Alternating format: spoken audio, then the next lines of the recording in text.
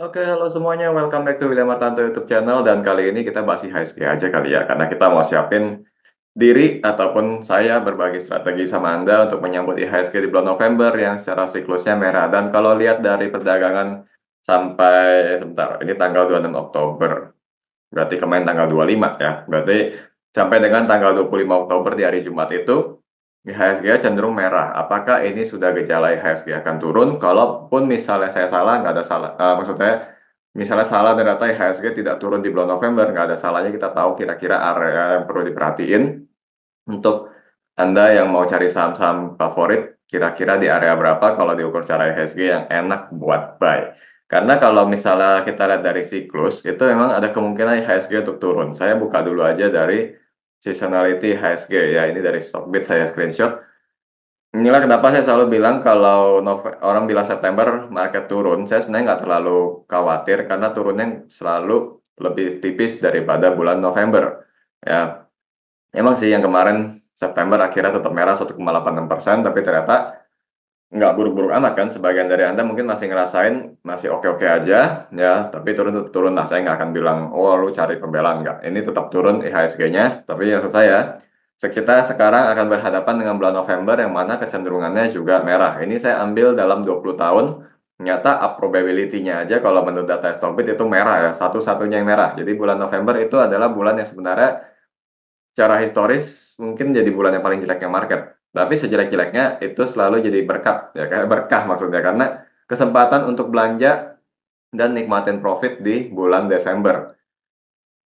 Ya, Anda bisa lihat dari historical juga, cuman di 2022 doang IHSG-nya kena merah 3%. Ini kan persentase semua. Sisanya menghijau semua setelah di bulan November ya. Jadi kalau November merah, sebenarnya Anda bisa manfaatin gitu ya, kesempatan merah diambil, Desember bisa take profit. Tergantung sih memang saham apa yang dibeli. Tapi kalau kita ngomong IHSG berarti kan kemungkinan besar pilihan sahamnya adalah yang related dengan pergerakan IHSG itu sendiri. Nah, jadi apa yang akan saya lakukan di vlog ini? Saya akan share, saya punya analisa yang mana bisa membantu Anda kalau lagi khawatir juga ya sama IHSG itu bulan November gimana.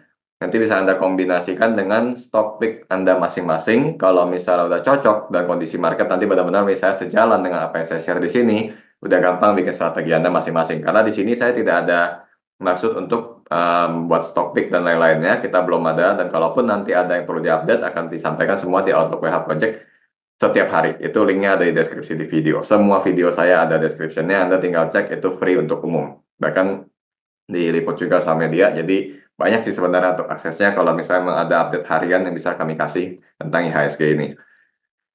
Jadi ingat ya, ini adalah untuk data tambahan aja dan sifatnya bukan nyumpain market turun. Saya juga berharapnya sih jangan turun, tapi kalau misalnya harus terjadi, misalnya mengulang siklus, it's okay. Kita yang penting tahu apa yang harus dilakukan. Nah, seperti biasa, sudah saya siapin di TradingView. Saya langsung dari aplikasinya, jadi nggak usah bingung kalau kok volumenya nggak ada karena TradingView asli memang nggak nampilin ya. Jadi bukan di hide, memang nggak nampil sama sekali. Alasan saya nggak mau pakai yang dari sekuritas karena supaya jangan dianggap ngiklan. Karena sebenarnya TradingView kan di hampir semua sekuritas sudah pakai ya. Tapi herannya datanya kadang-kadang beda. Oke, ini sudah saya gambar semua. Sebenarnya tinggal dijelasin aja ke Anda yang lagi nonton. Bahwa menurut saya sebenarnya IHSG ini pergerakannya menuju sideways sih. Jadi kalau misalnya seturun-turunnya bulan November, skenario terjeleknya ya balik ke demand zone-nya sampai dengan estimasinya kalau berdasarkan lowest di candlestick tanggal 19 Agustus itu di 7420. Itu estimasi paling rendahnya. Jadi yang kemungkinan terjadi adalah IHSG itu sideways doang gitu di area dengan lowest 7420 dan highest-nya adalah all time high di 7910. Jadi kalau areanya seperti ini doang, maka penurunan di bulan November itu benar-benar bagus sekali dan harus dimanfaatkan. Pun sebenarnya alasan lain yang membuat saya cukup yakin IHSG kalaupun turun di bulan November nggak akan terlalu dalam itu karena kita lagi ada sentimen pergantian presiden baru dan program-programnya lumayan mendukung ya kalau saya lihat-lihat ya. Dan fokusnya pada efektivitas dari APBN dan swasembada pangan itu bagus sekali sebenarnya buat ekonomi juga. Belum lagi banyak pajak-pajak yang mau dipotong kan. Itu kalau berjalan semua, bisa-bisa November itu melemahnya tipis atau bahkan tidak ada pelemahan sama sekali kalau itu dijalankannya cepat dan efeknya langsung terasa. karena market selalu respon duluan, alasannya gitu aja. Nah, kalau misalnya kita ngomong sesuai dengan siklus doang, ya inilah yang mungkin terjadi, skenario kembali ke area demand zone di 7420. Ya, bisa masuk sekitar area demand zone-nya doang atau persis sampai nyentuh di 7420 baru rebound juga bisa.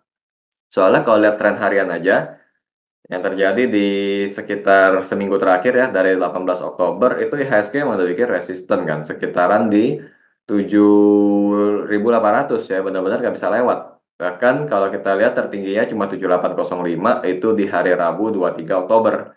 Jadi benar-benar ada resisten nih, saya gambar dulu deh biar lebih jelas. Jadi benar-benar udah ngebikin resisten di area ini baru dia turun. Ini benar, ini teori klasik aja bahwa memang ada resisten yang nggak bisa ditembus, dia mulai koreksi. Turunnya ke berapa sekarang? Kalau kita lihat dari trendline doang, mungkin jatuhnya di MA20, yang mana sekarang ada di 7621 ya. Anda perhatiin yang sini, ya saya kursornya harus ketemuin, di sekitar 7621. Itu memang jadi target turunan pertama, yang mana harusnya masih bisa dipertahankan sampai dengan akhir Oktober. Kalau misalnya tidak kuat, ini baru skenario berikutnya turun sampai ke demand zone. Kalau udah turun sampai demand zone nggak bisa rebound, baru jelek banget. Tapi kalau mengingat ini bicara siklus, kemungkinannya kecil. Ya, kalau turun sampai di bawah demand zone, emang kenapa bang? Ya, karena kalau kita lihat patternnya, untuk sekarang IHSG kayak nggak ada pattern. Tapi kalau dia tembus di bawah demand zone, maka patternnya yang akan terjadi adalah, sebentar, sambil gambar, sambil ngomong agak susah. Jadi ini, inverted cup and handle. Ya, Anda bisa cari di website-website yang ngajarin analisis teknikal bahwa pattern ini benar-benar ada. Dan sebenarnya ada beberapa kali kejadian di HSG juga banyak saham-saham yang kalau ada bentuk pattern ini jatuhnya lumayan dalam. Jadi memang sekarang dalam pembentukan pattern yang lumayan jelek sih termasuknya ya. Kalau sampai tembus itu bahaya sekali. Tapi kan ini kita masih ancang-ancang aja, jadi sebenarnya pattern ini boleh aja nggak dianggap ya untuk sekarang. Cuman waspada doang dan mengingat memang terbentuk resisten, jadi ada potensi pelemahan dengan dua target terdekat 7621 dan ke demand zone itu termasuknya dekat. Yang mana kalau saya punya analisa sendiri, saya menganggap bahwa demand zone tadi di 7420 adalah batas akhir yang memungkinkan IHSG terhenti pelemahannya. Baru habis itu mulai bisa cari saham-saham untuk buy on weakness. Kalau misalnya acuannya ke IHSG, Anda bisa lihat saham-saham blue chips. Ya blue chip sekarang udah nggak cuma bicara saham-saham bank lah ya, udah banyak sekali. Anda bisa lihat saham brand juga atau AMMN gitu ya. Itu eh, sorry, itu yang mana memang termasuk blue chip juga. Kalau naik bisa gerakin IHSG. Jadi banyak udah pilihannya sekarang. Itu tinggal nanti tunggu waktunya pas sudah mulai bottoming, baru mulai cari-cari. Mungkin pada saat itu saya juga kalau udah ketemu yang bisa saya share dalam vlog baru saya share. Jadi, kalau enggak ya di Outlook aja gitu. Untuk sekarang kita cuma waspada di area ini. Terus sektor apa atau kondisi apa yang bisa diperhatiin? Kalau Anda lihat sebenarnya dari bulan Oktober yang sedang berjalan ini, market itu cukup menarik sekali ya, cukup menarik sekali. Jadi karena Oktober itu identik dengan window dressing, tapi window dressing yang nggak tercermin di IHSG. Jadi naiknya sedikit. Dan kalau tadi kita lihat di gambar yang seasonality itu, IHSG pun dengan kondisi sekarang bulan Oktober masih terhitung naik 2%. Ya, saya kita tinggal ke bawah-bawah aja. Di tahun-tahun sebelumnya memang ada penguatan juga di bulan Oktober. Ya, pada kondisi-kondisi tertentu doang. Kalau September turunnya dalam, dia baru reboundnya juga tinggi kan di bulan Oktober kan. Sisanya ya so-so aja lah, 1% 2% normal-normal aja, nggak terlalu menarik gitu.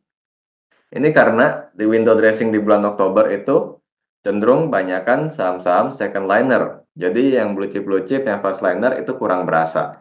Nah, hasil akhirnya yang paling kelihatan adalah IHSG naik, tapi tradingnya mungkin Anda setuju bahwa kalau saya bilang di bulan Oktober itu tradingnya lebih gampang. Even saya juga ngerasain, bahkan klien ada yang beggar di saham DSNG. Saham yang saya jarang banget rekomendasi kan, baru yang kemarin bikin vlog soal sisa bulan Oktober doang dibahas.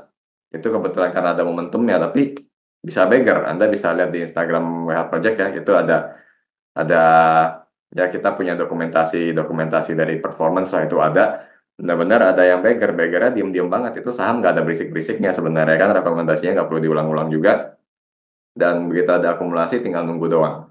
Nah, jadi Oktober itu sangat memperlihatkan, oh ternyata trading itu nggak susah, cuman IHSG-nya doang yang nggak mendukung. Nah, ini Jadi kesempatan untuk saya mengatakan bahwa kalaupun November nanti turun, sebenarnya Anda boleh aja mengabaikan IHSG-nya. Turun ya udah turun. Yang penting udah ukur tadi batasnya. Misalnya kalau dari saya punya 7621 dan 7420. Selama masih di area itu, Anda fokus saja pada saham apapun yang masih bisa tradingin. Masih sekitaran second liner sama third liner harusnya di bulan bulan November nanti. Di situ baru persiapan mendekati Desember akhir tahun, baru blue chipsnya bisa ikut naik lagi. Jadi pada saat itu yang penggemar saham-saham blue chip sudah mendekati akhir November, mungkin Anda baru bisa mulai melakukan buy on weakness, mulai ya filter-filter atau screening apapun yang Anda lakukan, mulai cari-cari saham-saham big caps yang layak untuk dikoleksi. Kita mainnya benar-benar dari siklus aja, sisanya liatin sentimen pemerintah aja. Ya, baru juga kan habis selesai pemilu, baru pelantikan. Masih banyak sentimen-sentimen baru yang bisa Anda perhatiin. Nanti program apa, efeknya ke sektor apa, itu sektor bisa booming mendadak. Dan itu nggak pakai alasan apa-apa, itu alasannya cuma antara ada market maker atau ada program presiden doang. Biasanya nggak jauh-jauh dari situ. Jadi kesempatan untuk nyari saham yang naik tanpa pakai alasan juga trading-tradingan yang nggak pakai mikir tuh bisa datang harusnya bulan November nanti. Jadi nggak usah terlalu khawatir. Ya kondisinya kira-kira seperti itu aja. So sekian video saya pada kali ini. Ya, silakan like and dislike sebagai responder terhadap video ini dan kita ketemu lagi pada vlog selanjutnya. See you again dan semoga membantu. Bye-bye.